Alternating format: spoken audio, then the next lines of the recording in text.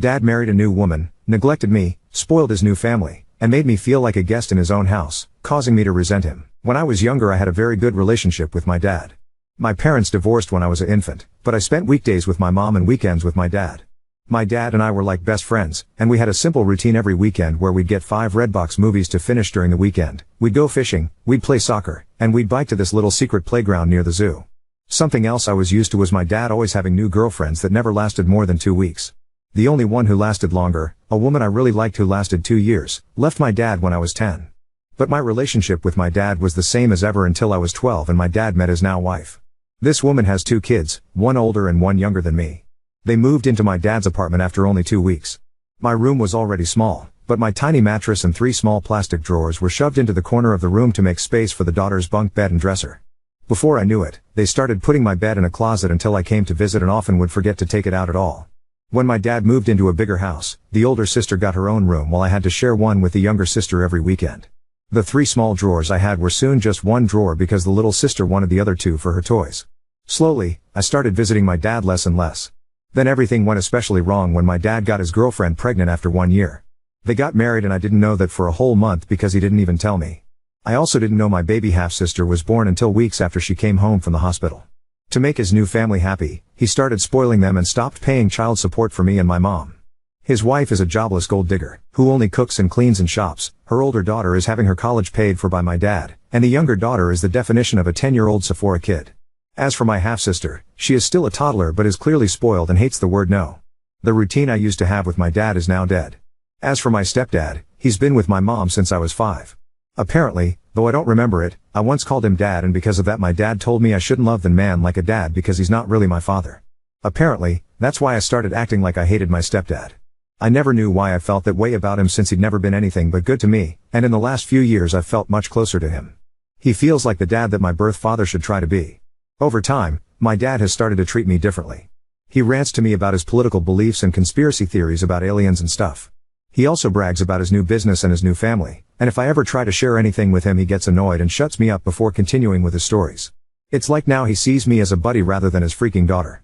Also, it was during these last few years that I learned the reason he and my mom divorced was not because they weren't right for each other but rather because my father cheated on my mom while visiting his family in Canada. I am now 15, and I have become a completely different person than the one my birth dad remembers. I no longer love the beach or soccer and I now love music and reading and writing. I have written and published 2 books since 2022, and am writing the 3rd in my series. My stepdad supports my dreams and loves me so much that he brags about me to friends and family and calls me his daughter. My stepdad has an actual daughter who I love like a real sister, though she lives up north with her boyfriend and I don't see her often. Still, though, I love them more than I love my birth dad and half-sister who I'm actually related to. My dad blames me for never calling, though because of how he's treated me lately I don't feel like I owe it to him. I also go months at a time without visiting him now because I no longer feel comfortable at that house. Especially since the bed I sleep on over there is literally considered as their guest bed. In my birth dad's house, I am a guest. Because of all of this, I resent my dad. I haven't told anyone about this so no one is calling me a jerk, but I'm wondering if I am because my dad is in love with his new family and I'm wondering if it's a bad thing I'm not happy for him. Am I the jerk? Update 1. Hello. So, I made a post a few months ago talking about how my dad has basically stopped treating me like his daughter now that he has a new family. Not much has happened since, but here's an update anyway. So, since I made the initial post, I've only visited my dad's house once and, safe to say, I truly am nothing more than an uncomfortable guest in that house. I should start off by saying that every time I spend a few months without going to his house, my dad tries to play all innocent and calls me on Fridays to ask when he should pick me up. I never answer because he always calls me when I'm in a class or busy with studying, so he'll call my mom. But because he never asks me in advance, I tend to have plans on weekends with my cousins, friends, or just to work on writing since I am still working on my 3rd book and it takes a lot of focus that I can't get in his house. Actually, I'm now just gonna call him Eric. He's honestly not been as much of a dad figure to me as my stepdad has. Anyway, it was my mom who had decided I would go over to his house. Despite the fact that Eric hasn't paid child support in over 2 years now and I hate going to his house, my mom says I should just visit from time to keep him from getting the court involved. She confuses me, sometimes saying that he's a deadbeat man, but also sometimes saying that he's my loving dad who deserves my respect. However, under the circumstances, I'm fairly certain that nothing would be any different since I never visit him and he doesn't pay child support anyway. In fact, once on Christmas, he bought a bunch of new gifts for his family and wrapped them up and everything, but weeks before Christmas when I was visiting, he drove to Walmart so his wife could do groceries and he handed me $200 and said, "Merry Christmas." Buy yourself something and the rest can be child support or whatever. I bought 2 books, but the rest of the money that was supposedly child support was nothing near to the amount he owed. I have told my mom I would be happier if he lost custody of me and my stepdad adopted me, but she thinks that's too extreme and says, he's still your dad. He deserves your respect and love. Now, about the weekend I visited him, from the minute Eric picked me up, all he talked about was his new family. He talked about the older sister and her boyfriend, the younger sister and the shopping she does, and my half-sister who can now talk a little bit. I stayed silent the whole ride until he asked me a question about my school, and when I answered his question he got frustrated and went into a conspiracy theory rant. I tuned him out for the rest of the drive after that. The rest of the weekend wasn't any better. The older sister did what she always does when I visit and locked herself in her room, only coming out when I left the house or when I was in the bathroom so she wouldn't have to talk to me. And the younger sister had a friend of hers over and her friend had her stuff tossed on my bed and was sitting on it because it's the bed she sleeps in when she has sleepovers. Eric's wife did a poor job of hiding how bothered she was by me visiting. More than once, she has been completely shocked I was visiting because Eric didn't tell her so she couldn't disagree. And also, most of the weekend consisted of Eric taking me and my half-sister to a playground so she could run around with her friends, and I sat on a bench to read but I didn't have much time to myself since Eric kept leaving and told me to keep an eye on my half-sister who is a wild and fussy kid. I am not a babysitter, and while I am good with kids, that does not mean I enjoy putting my own time aside to look after them when they're not my responsibility. I had to spend 2 days in either pure chaos or discomfort, and I had a talk with my mom about me not wanting to go over there anymore. She said that's fine and she won't force me to go anymore, but since she said that before, I don't believe her. I don't have anyone to really talk to about this, and this whole situation is stressing me out because I don't remember my dad ever being as happy as he is now, and I still sometimes feel like I should be happy for him. I don't know what to do, and any advice on anything I could do would be helpful. Everyone who's commented on my last post so far has said I'm not the jerk and that Eric isn't acting the way a dad should, but he still reaches out from time to time and says I'm his baby girl who he loves. Honestly, I almost cry whenever he says that because it reminds me of how we used to be. Am I overthinking all of this or overreacting? What should I do? Am I the jerk here because I'm not happy for my dad? You should tell your mom the more she forces you to go to your dad's the more it's going to ruin your relationship with her as she's not listening to what you want and how you feel. You should also tell her you no longer trust what she says as she has told you before that she will no longer force you into going but she does it anyway. If you can't talk to your mom, have a one-on-one chat with your stepdad and see if he can help when it comes to your mom. Update 2. Hello, everyone. It's only been a couple of days since my last post. Since then, I have taken the advice most of you have given me and I talked to my mom about how I don't want to keep being forced by her to visit Eric, my sperm donor, as most of you referred to him as. Long story short, I'm not 100% sure she won't continue to send me over to Eric's house, but she did wind up sending him long texts, chewing him out for not treating me right and telling him to step up and pay his child support. He didn't answer her though, so I followed some other advice and wrote him a long text myself that detailed how I felt about his treatment of me the last few years. The thing is, as soon as I sent that text, he called me to yell at me and called me spoiled and overdramatic. He said it's my fault we don't have a relationship since I never visit or talk to him anymore, and because I mentioned the unpaid child support, he said that I was only reaching out to him for money. I nearly cried during that phone call and wound up just hanging up on him. He sent some angry texts to my mother as well. But later that day, he left a voicemail on my phone saying, "Money is kind of tight for me right now. I'm completely broke. You know I love you, right?" The thing is that I know that's a lie because I'm always seeing my younger stepsister make TikTok videos showing off the Sephora and other expensive crap he buys her all the time. I think I'm done trying. And some of you suggested asking my stepdad for help. I wish I could, but when I asked my mom again if he could adopt me, she said something that absolutely crushed me. Apparently, my stepdad himself said he doesn't feel like he should adopt me. My stepdad is a very kind and sympathetic man, but he's also extremely unconfrontational and thinks it would be like a slap in the face to Eric if he adopted me.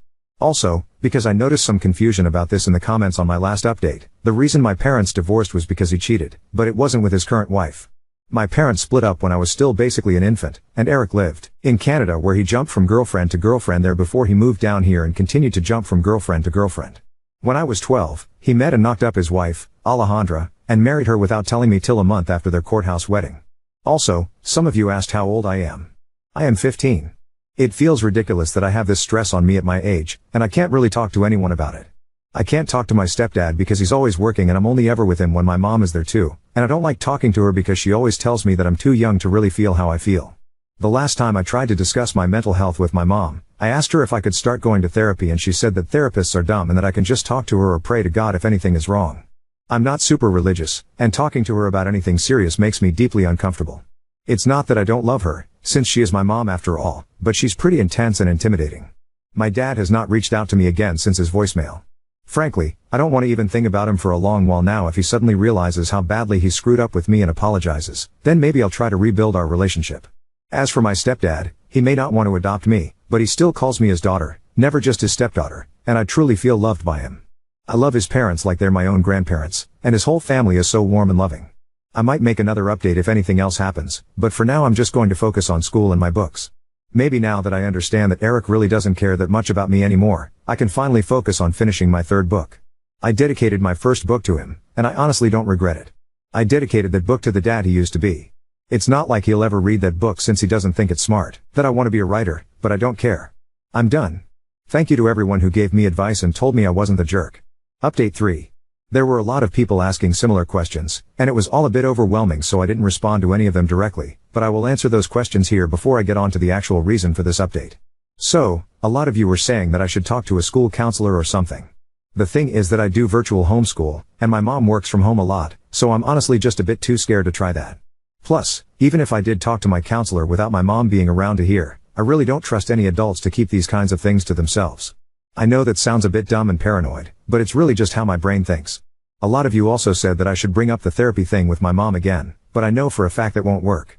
My mom really doesn't believe in therapy and believes that praying to God or having her preach about the Bible to me will solve everything. As for my stepdad, I love the guy like a real father, and I see him as my true dad even if he doesn't want to adopt me, but he really is no help with the therapy issue either because he always just agrees with whatever my mom says to avoid arguments. But I'm doing fine right now though, and I honestly think things are going to start getting better. And I think this because I'm pretty sure my mom is finally gonna file for sole custody and court-ordered child support. One thing I guess I should have made clear is that my parents sorted out their custody and child support agreement amongst themselves when they divorced. The agreement is that I spend weekends with my dad, and he pays my mom $100 per week. I'm pretty sure my dad only stuck to that agreement to keep himself looking good until he could finish his US legalization process, since he used to be an immigrant from Canada. Once he was legalized, he stopped paying child support and began spoiling his new fam. Anyway, I went to my dad's house last weekend. This time, my mom didn't force me, and I actually decided I wanted to go because I wanted to give my dad one last chance. He picked me up from my mom's house, and we didn't get down the street before we were fighting.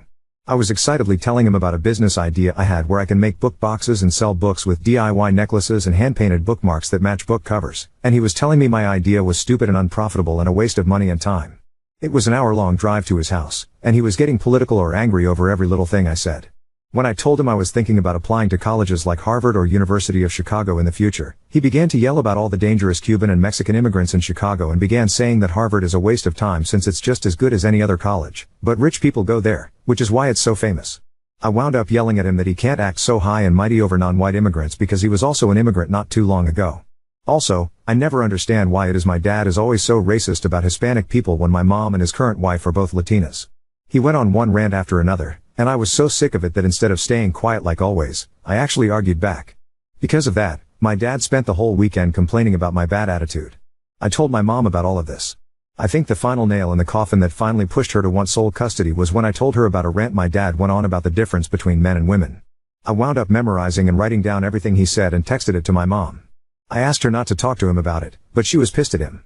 Here are some of the things he said. 99% of women want to latch on to rich men. Nearly all women are greedy and oil. Men don't like successful and independent women because they're prideful and bossy. It's more important for a wife to respect her husband than it is for him to respect her. It is wrong for wives to make more than their husbands, and so much more. And then he smiled and said, "But you're the exception, pretty girl." There was so much more that happened just last weekend, like him saying some of my guy friends don't count as real men since some of them are gay, and trying to tell me my summer volunteering opportunity in DR is a bad idea since the people there are different, even though my mom's side of the family comes from there. I won't list every annoying thing he did, and I'm finally done. This was his last chance, and he blew it. I just want to say I'm pretty sure my mom is not sending me over anymore. She spent all morning looking for my birth certificate because she's wondering if she needs it for court. She wants to get me full-time, and if my dad pay child support. At the moment, he owes a lot of child support, and having him contribute financially would help me so much with preparing for college. Also, I did not mention the names of my books in the other posts. I didn't share them because I didn't want a bunch of internet strangers seeing my social media tags at the back of the book, but I will share the titles with anyone who DMs me. I will probably make another update if anything else happens. Hopefully, my next update will be after we've gone to court. You are not the jerk. Divorces and parenting are complicated. Your bio dad sounds like a real jerk. He is utterly and completely failing you. I understand why your mom and your stepdad are trying to help you have a relationship with your bio dad. It's one of the things parents are encouraged to do in divorces, because most of the time it's better for the kids.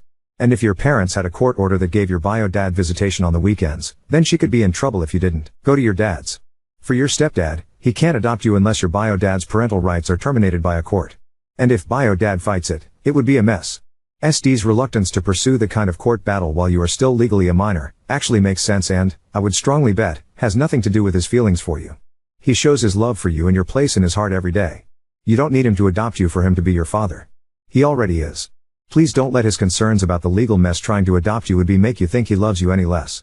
I'm glad your mom is going to go for both full custody and child support. Your bio asshole needs to be held accountable. I'm so sorry for you that you lost your bio dad. He may still be alive, but the father he was is dead. But you did nothing to cause it. He's just putting all his energy into the woman who, I'll say, meets his physical needs and leave it at that. It's an unfortunately common problem. Now on to second story. Coworker insists on blocking the doorway, so I confront him and report the issue to HR, even considering putting up warning flyers in the building. There's this guy, 50s, who works at a different company in the same business building as my company who blocks the doorway by leaning against one side and extending his arm out across it, if a woman happens to be arriving at a doorway at the same time as him. Never says anything. Just does this eye contact smile thing for maybe 3 seconds and then allows us to go through. Today it was finally my turn. I got to the main building door right after him, so instead of holding it open so it didn't close in my face like most people do, he just holds it open and stands there with a smug smile. It makes me nervous. I go, can please enter the building? I need to clock in and he does this whole wow, geez, fine, sorry before stepping aside, still holding the door open for me, so I said stop doing, gee that, we all hate it and just went in. As soon as I turned the corner from the lobby I half ran to the stairwell so I wouldn't have to share the elevator with him. I don't even know what firm he works for. According to my closest coworker, HR won't do anything because he's not an employee. Lil update. A male colleague helped us figure out which company he works for by following him up the elevator coming back from lunch. It's a law office on a higher floor. Another coworker took one of your suggestions and wrote an email to the building's management office. I went to my department manager and carefully asked if this sort of thing were to happen, would I report it to our own HR? And he said it should at least be on record, even if it's hard to prove, which made me give him the fry eyes, IYKYK, but I went back and typed up an email and sent it, CC'd him and BCC'd other women that I have specifically seen or heard them deal with him. If he thought I was being hypothetical, now he knows I wasn't. The colleague who followed him to the law office joked that we should hand draw flyers of him to warn people and put them in the elevators. Oop, this is a good idea. I don't know why this didn't occur to anyone. Maybe because it's not certain sure we have the right to do that? It's a law firm and I work in a call center. Should we do an email first? Or maybe a few of us just storm their office. Lol update 1. Yesterday was a long day for me. I came in early to 1, make up for lost time spent focusing on this BS, and 2, to avoid the noid. Although someone ran into him in the afternoon and went straight to our manager and said he's still doing it, so as far as yesterday, not much has changed. It's only been a day. Who does he look like? I got this question more than once, so I asked around what celebrity did we think he most resembles, and we all agreed he looks like the jump to conclusions guy from the movie Office Space. It's fucking true. Except he's a lot taller, over 6 feet, at least. Thank you so much for all your support and suggestions. I've never been advised about pepper spray so much. I do carry it, but the one time I had to use it got in my eyes too, so it's become more of a last resort tool. I told everyone in the bullpen about whipping out our phones and taking a pic or video, including people who happen to notice from a distance. In the moment I think a lot of us kind of freeze up, I did, so having a plan of action ahead of time really helps. I took one person's suggestion about wearing huge headphones. The theory is that because people who wear those are in their own little world, it's acceptable to show no concern, which makes attention seekers feel less significant. So I wore mine today and got here at my normal time, but no one was hanging around the main entrance. Not sure if that's because the email or not. It's probably too early to hear of any official steps taken. But I did feel kind of young and cool on the light rail. Way more comfy than my AirPods. One person DM'd me the song De Todo Un Poco from Dirty Dancing and said next time someone should cue it up on their phone, blast it and start a limbo line, all genders welcome. Several folks asked about what I wrote in the email, so here's a copy paste of it, with identifying details omitted or changed. I'll post another update when more happens, hopefully today. I keep rereading the email and my stomach has been flipping over and over like I'm a kid about to get in huge trouble. Blarg, I am writing on behalf of myself and several employees at call center company, located on the 3rd floor of our shared building, to inform you about some workplace harassment we have been experiencing. For several weeks now, an employee at your firm has been intentionally intimidating women by interrupting their path of travel to and from our offices by blocking the doorway with his body in order to force an interaction. He will not move aside until some kind of verbal exchange has happened. He only does this with women, as far as we've observed and documented, which makes us inclined to call this sexual harassment. This behavior is of course unacceptable. This individual creates a very uncomfortable work environment, despite being in different organizations on different floors. He will often be the first interaction of the day, as he seems to linger around the main building lobby and entrance in the mornings. He will also do this with the elevator doors by stalling them from closing or blocking access to the button panel. This has been setting a tone that interferes with having a secure working experience. Many of us have made multiple attempts to address the issue with this person directly, including myself, who told him firmly that we do not like it when he does this. We are requesting that your firm take immediate action to investigate and address this issue.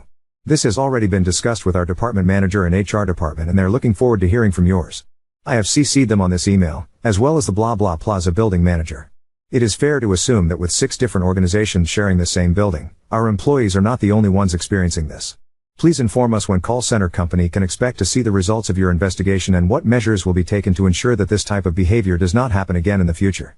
We hope that this issue can be resolved quickly, and that appropriate actions will be taken to ensure that all employees working in Blah Blah Plaza feel safe and respected as we all make our way to and from our offices.